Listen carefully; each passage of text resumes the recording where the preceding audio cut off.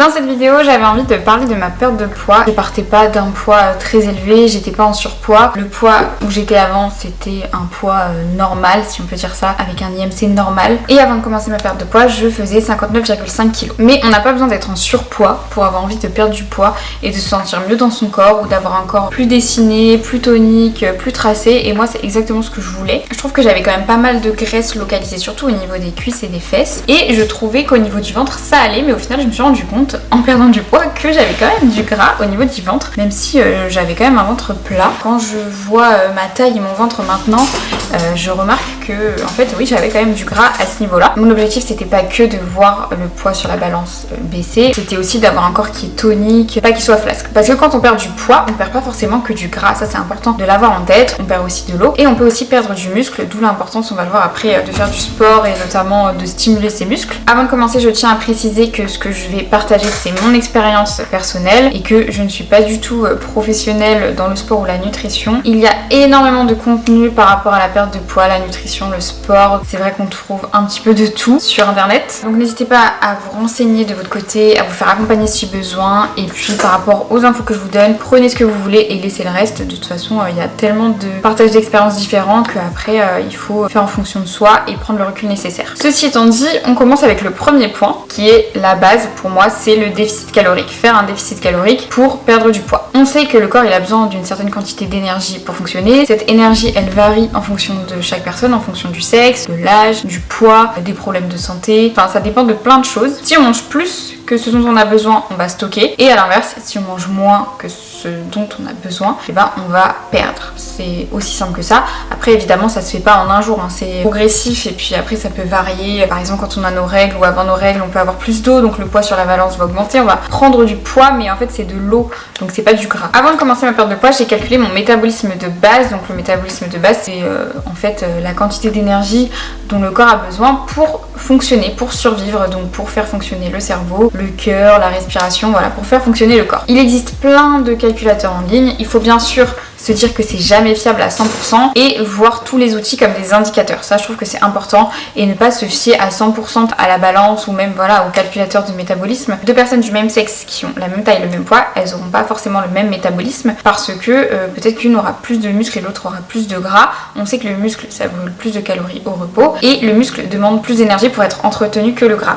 Donc le calculateur il va peut-être donner le même métabolisme mais au final les deux personnes auront un métabolisme différent. Après il faut aussi rentrer son activité, donc si on est sédentaire, peu actif, moyennement actif, très actif, donc là ça peut varier à ce niveau là aussi, mais en tout cas calculer son métabolisme pour moi ça permet d'avoir un point de départ et après on peut réajuster au fur et à mesure. Une fois qu'on a calculé notre métabolisme, on va avoir à peu près notre dépense quotidienne, ça va être une moyenne, ça va déterminer à peu près ce dont notre corps a besoin tous les jours et ça va être notre maintenance calorique, donc le nombre de calories qu'il faut manger pour ne pas perdre du poids mais ne pas en prendre non plus. Et après voilà, encore une fois c'est une estimation et c'est pas à la calorie près, il y a tellement de variations que vous gardez ça en tête. Mais je trouve que c'est quand même bien d'avoir cet indicateur. On peut tester, par exemple si on veut rester en maintenance et que le calculateur nous a dit qu'il nous fallait 1700 calories, et bien pendant quelques semaines on va manger 1700 calories, on va se peser régulièrement et on voit au niveau de la balance si ça bouge, si on perd, si on prend ou si ça se maintient. Après voilà, c'est pas à quelques jours près, il y a des jours où on peut augmenter un peu, d'autres descendre, mais il faut avoir la vision globale, donc le faire sur quelques semaines parce que comme j'ai dit il peut y avoir des variations de poids qui sont pas liées au gras.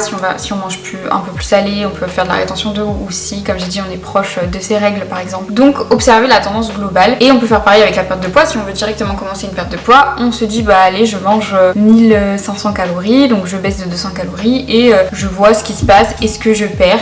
Si oui, est-ce que je perds beaucoup? Est-ce que j'ai très faim? Est-ce que j'ai juste un petit peu faim? Il faut aussi savoir un peu s'analyser et voir si on a vraiment très faim, peut-être que le déficit est un petit peu trop élevé pour nous, ou si on a juste légèrement faim, ça peut être normal hein, quand on a un déficit d'avoir quand même une légère sensation de faim, mais après il faut réajuster en fonction de soi, en fonction de ce qu'on veut. Il y en a qui vont préférer faire un déficit plus élevé dès le début, d'autres non. Vraiment adapté. Premier point, c'est d'être en déficit calorique, donc on peut s'aider de ces calculs. Après on peut aussi se faire accompagner par un coach, un nutritionniste, diététicienne qui peuvent faire des plans directement tout prêts si on préfère. Le deuxième point que j'ai utilisé pour perdre du poids, c'est compter mes calories. On n'est pas obligé de faire ça pour perdre du poids. Il y a des gens qui arrivent très bien à perdre du gras, je veux dire, perdre du gras sans compter leurs calories, mais moi je préférais le faire parce que pendant très longtemps j'ai fait du sport et je n'ai pas compté mes calories et je ne perdais pas de poids parce que je n'avais aucune idée de la quantité de calories que je mangeais, et donc ça m'a énormément aidé de compter mes calories. Alors il faut faire attention, les personnes qui ont des troubles du comportement alimentaire, c'est peut-être pas la meilleure solution, il faut évidemment faire attention et se faire accompagner si besoin. Moi ça m'a énormément aidé de compter les calories et surtout de traquer les protéines, parce que les protéines c'est hyper important, mais je vais y revenir après. Moi je visais un déficit léger de 200 à 300 calories. Après ça dépend d'où vous partez, parce que plus on est petite et moins on pèse lourd, et plus c'est difficile d'avoir un déficit important. Donc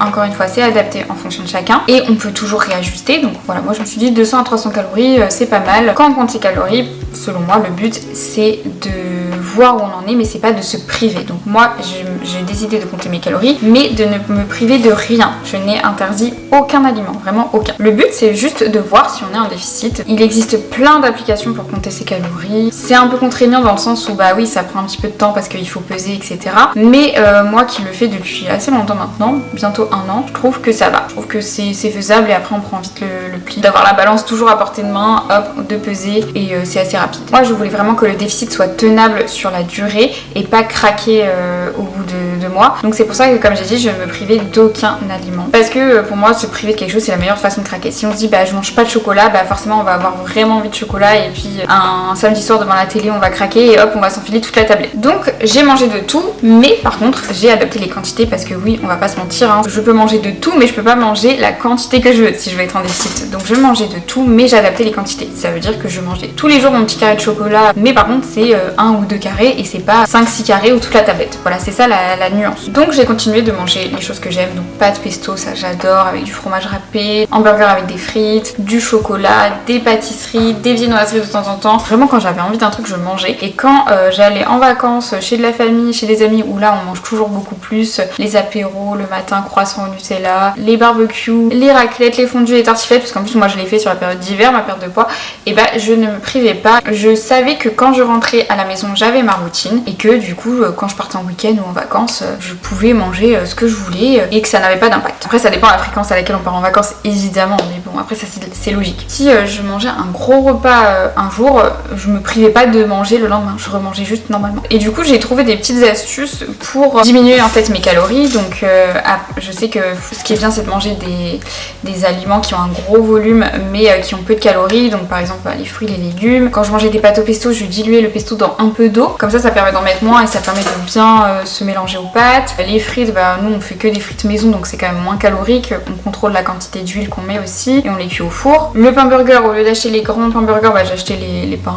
enfin les petits, les normaux. Donc voilà, c'est des petites astuces comme ça. Ou par exemple dans mes wraps, au lieu de mettre de la crème fraîche, je mettais du fromage blanc parce que pour moi ça avait pas de grande différence et c'était moins calorique et ça apporte un peu de protéines. Donc voilà, trouver des petites astuces pour diminuer son total calorique mais sans se priver encore une fois. Et je trouve que les moments aussi où on ne compte pas ses calories, donc comme j'ai dit quand on va en week-end, en vacances, ou même se faire une journée de temps en temps où on compte pas ses calories, bah je trouve que c'est bénéfique parce que ça fait du bien au moral et c'est hyper important pour tenir sur la durée encore une fois. Et moi je suis pas trop fan du concept de cheat meal, donc de se restreindre toute la semaine et de craquer le week-end, parce que on peut vite annuler son déficit en faisant comme ça, surtout si on se restreint énormément la semaine et le week-end on peut avoir tendance à craquer surtout. Donc je préfère me faire plaisir tous les jours. Après voilà, encore une fois c'est chacun fait comme il veut, mais moi je trouve personnellement que c'est la meilleure façon de tenir, de manger tous les jours ce qu'on veut mais en adaptant les quantités, et après c'est une routine et on s'habitue. Il faut vraiment se dire que ce qui est le plus important c'est ce qu'on fait la majorité du temps et que les petits écarts par-ci par-là, encore une fois évidemment il faut que ce soit pas tout le temps, mais si c'est de temps en temps, bah ça va pas avoir d'impact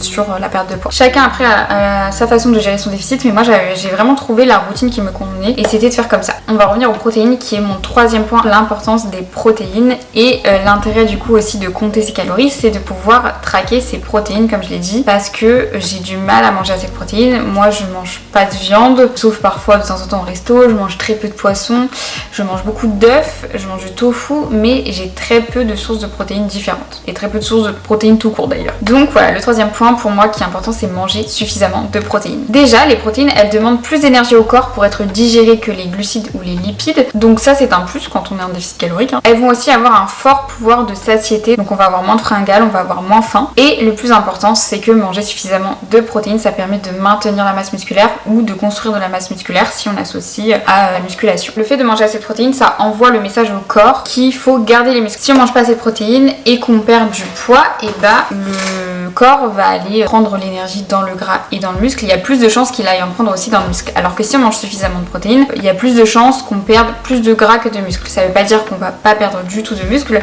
mais on va en perdre beaucoup moins. C'est pour ça que c'est important de manger assez de protéines. Donc pour les sportifs, c'est entre 1,6 et 2 grammes de protéines par kilo de poids de corps. Associé à ça, évidemment, il faut faire de l'entraînement de résistance, donc stimuler ses muscles pour montrer au corps qu'en fait ils sont utiles et qu'on s'en sert, et aussi pour les développer. Comme j'ai dit un peu plus tôt, quand on perd du poids, on perd pas forcément que du gras, donc si on perd du muscle, on va avoir tendance à avoir un corps qui est plus flasque, qui est pas tonique. Alors que si on mange suffisamment de protéines associées à la musculation, bah, il y a plus de chances qu'on ait un corps plus dessiné, plus tonique. Et après, si on veut prendre de la masse musculaire, il faut aussi appliquer la surcharge progressive pendant ces entraînements. Donc manger assez de protéines c'est bien, mais si on n'associe pas au travail musculaire, on va pas construire du muscle. Et donc augmenter soit ses poids, soit son nombre de répétitions, soit jouer sur le tempo pour que le corps ne stagne pas. Donc moi je fais du sport à la maison, donc c'est vrai que je suis assez limitée en termes de poids, et pendant longtemps j'ai utilisé des poids assez légers, et il y a 1 an ou 2, je sais plus, j'ai investi dans des haltères modulables, donc ça c'est très pratique, on tourne et on peut avoir différents poids. Donc moi ça va de 2 à 11 kg, donc c'est quand même assez pratique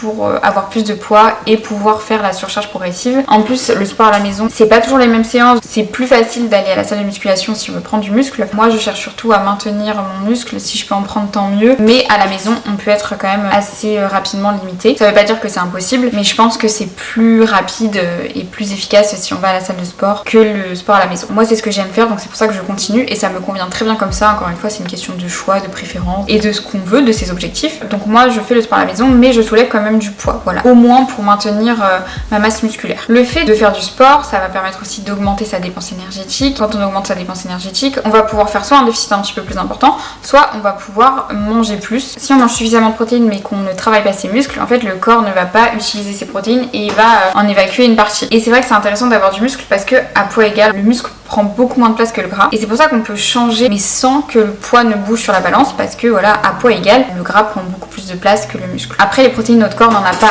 uniquement besoin pour les muscles, donc c'est dans tous les cas intéressant d'en manger. Et c'est intéressant quand même de soulever du poids, même si voilà, comme j'ai dit, on fait pas de surcharge progressive, pour que le corps voit que le muscle est utile, le muscle sert, et qu'il aille pas taper dans le muscle en fait pendant la perte de poids, et qu'il se concentre plutôt sur le gras. Donc moi, mes sources de protéines principales, c'est les œufs, le tofu, et j'utilise énormément la protéine en poudre pour atteindre mon quota de protéines. Ça m'aide beaucoup, sinon je galérais à atteindre mon quota de protéines, donc c'est vrai que c'est très pratique. Mais après on n'est pas obligé, ça dépend de son alimentation, de son budget aussi, mais on peut très bien réussir à atteindre son quota de protéines sans protéines en poudre. Et donc on en vient au 4e point, qui est faire de la marche, qui est vraiment un très bon complément au sport, parce que ce n'est pas parce qu'on fait du sport qu'on est actif dans sa journée, et c'est pas forcément avec le sport qu'on va dépenser le plus de calories en fait dans sa journée. Et moi avant je faisais du sport peut-être 4-5 fois par semaine, mais je ne marchais pas du tout, donc finalement j'étais pas active, j'étais quand même sédentaire parce que j'étais toute la journée assise, et juste je faisais ma séance de sport dans la journée qui durait 30 minutes. Donc la marche, ça m'a énormément aidé à perdre du poids, et pour que ce soit plus facile, je me suis acheté un tapis de marche en octobre dernier, et vraiment c'est l'un des meilleurs achats que j'ai pu faire. Ça m'a énormément aidé pour mon déficit, plus c'était la période d'hiver, donc il faisait froid quand il pleuvait, ou le soir quand il faisait nuit et que j'avais pas envie de sortir, hop, je me faisais 10-15 minutes de tapis de marche. C'est aussi beaucoup plus pratique parce que dès que j'ai fini ma séance de sport, je reste en tenue de sport, hop, je vais direct sur mon tapis. J'essaye de privilégier la marche dehors, c'est plus agréable, mais ça dépanne énormément d'avoir un tapis de marche, et quand j'ai pas envie de sortir ou que, comme j'ai dit, il fait froid ou qu'il pleut, bah c'est hyper pratique, et ça me permettait d'arriver facilement à 8000, 10 000 pas, voire plus, alors que sans tapis de marche, j'ai beaucoup plus de mal. L'avantage de la marche, c'est que on va augmenter sa dépense énergétique, mais sans s'épuiser, contrairement par rapport à si on fait du cardio à haute intensité, donc de la course course ou du HIIT par exemple, on va pas forcément avoir plus faim avec de la marche, alors qu'avec du cardio haute intensité on peut tendance à avoir plus faim et donc au final on va manger un petit peu plus, on va pas forcément être en déficit. Donc augmenter son HIIT c'est important. Donc le HIIT c'est tous les mouvements qu'on fait au quotidien, donc se lever, marcher, faire le ménage, bouger, voilà, c'est tout ce genre de mouvements, prendre les escaliers par exemple au lieu de l'ascenseur. L'autre avantage de la marche c'est que c'est accessible à quasiment tout le monde. Voilà les 4 points importants selon moi pour réussir sa perte de poids et plus précisément sa perte de gras. Je pense que ce qui est important c'est de trouver ce qui convient à soi, d'être patient aussi parce que voilà, ça se fait pas du jour au lendemain. Au début ça peut être assez lent et je trouve que ça se débloque d'un coup, et moi je l'ai vu vraiment en fait au niveau de la taille dans mes vêtements. Le poids il baissait progressivement. J'ai vraiment vu au niveau des photos, donc c'est important, prenez des photos avant après. Moi je crois que je prenais des photos tous les mois. J'ai vraiment maigri au niveau de la taille. Alors moi je visais surtout les cuisses et les fesses, mais on ne choisit pas d'où on perd quand on perd du poids hein. Et c'est là que je me suis rendu compte que je pouvais perdre du gras à ce niveau là, et c'est vrai que je trouve ça beaucoup plus joli maintenant. J'aime avoir la taille fine, le ventre plat. J'ai perdu aussi au niveau des cuisses et des fesses et c'est ce que je voulais. J'ai quand même toujours de la cellulite visible parfois, mais j'ai quand même une peau qui est beaucoup plus lisse qu'avant, et donc en tout j'ai perdu 7 kilos. J'ai repris 1 kilo ensuite après, mais c'était au moment où je faisais plus de surcharge progressive au niveau du sport, et quand j'ai pris des photos visuellement ça avait pas changé, j'avais pas pris de gras, donc c'est ça le plus important. La balance c'est bien, mais je pense qu'il faut pas non plus être obsédé par la balance, et combiner ça avec les photos et avec le ressenti dans ses vêtements, parce que c'est ça qui est le plus important, et pas voir que le poids. Au début j'avais tendance à être vachement sur la balance, j'avais peur en fait de prendre du poids, mais il faut se dire que c'est pas forcément du gras, et aussi voilà, proche de ses règles ou après un repas riche, pas forcément se peser parce que ça va pas être représentatif de la réalité quoi, du gras qu'on a. Donc voilà, je pense que j'ai fait le tour. Donc premièrement faire un déficit calorique, deuxièmement compter ses calories, troisième point manger suffisamment de protéines, quatrième point marcher et augmenter son HIIT, ne pas se priver, contrôler si on peut dire ses quantités, mais sans se priver pour tenir sur la durée. Voilà, parce que voilà, je me vois pas vivre sans manger de chocolat, sans manger de dessert, enfin non, c'est tellement bon et ça fait tellement plaisir que pour moi c'est important. Donc voilà, donc ma perte de poids a duré à peu près 7 mois. Là je suis plutôt en maintien, je suis très contente du corps que j'ai actuellement. Pour l'instant mon but c'est de stabiliser, pourquoi pas essayer de prendre un peu de muscles, mais voilà, comme j'ai dit, je sais qu'à la maison ça peut être compliqué, il faudrait que je mange aussi peut-être un petit peu plus, donc pour l'instant je stabilise et je verrai bien par la suite ce que je décide de faire. Mais donc voilà comment j'ai réussi à perdre du poids. N'hésitez pas à donner vos astuces, à expliquer vous ce que vous avez fait ou ce qui vous a aidé à perdre du poids, parce que l'expérience est différente pour chacun, donc voilà, n'hésitez pas. J'espère que cette vidéo vous a plu, si c'est le cas n'hésitez pas à aimer, à vous abonner, et moi je vous dis à bientôt dans une prochaine vidéo. Ciao!